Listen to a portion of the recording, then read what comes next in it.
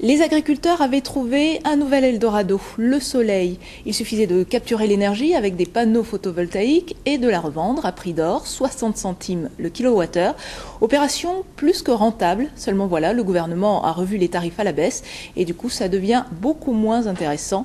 C'est le dossier de ce soir, Régine Wilhelm, Didier Walter.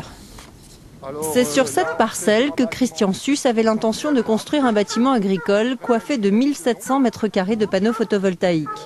Mais, mauvaise surprise, le prix de rachat de cette énergie a baissé brutalement de 30%. Le projet n'est plus rentable. On a fait des études avec des tarifs de rachat à 60 cents. Et alors là, ce qui nous est tombé dessus, c'est que ça passerait à 42 cents.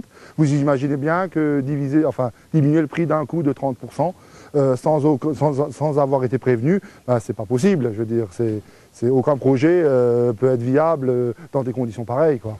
Rétroactive au 1er novembre 2009, la baisse du prix de rachat a provoqué le gel de 74 projets agricoles en Alsace. Cette rétroactivité a été instaurée par le gouvernement pour éviter la spéculation sur un marché en pleine explosion.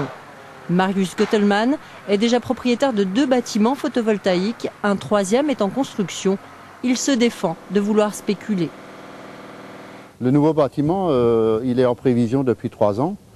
C'était une carrière à chevaux et puis là on va le couvrir pour faire un manège. Mais ce n'était pas dans le but de faire du photovoltaïque. De toute façon le bâtiment il se serait réalisé. Mais du coup on profite de l'occasion pour mettre du photovoltaïque. Les nouvelles règles du jeu ont également des conséquences sur les installateurs.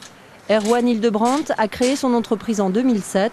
Avec les baisses de prix annoncées, c'est son activité qui est menacée. C'est un marché qui est en train de monter en flèche. C'est pour ça qu'on a créé donc le syndicat, le CINEP. Il faut réguler ce marché. Il faut qu'on ait des baisses de tarifs régulières et petit à petit, il vaut mieux une petite marche qu'une grande marche. Il faut que les tarifs, on ait une vision à long terme sur les tarifs de rachat. Et il ne faut pas revenir en arrière sur des règles du jeu qui ont été données avant. Les installateurs mécontents ont créé un syndicat dont le siège est en Alsace. Son objectif est de trouver des solutions avec le gouvernement pour éviter l'hémorragie des carnets de commandes.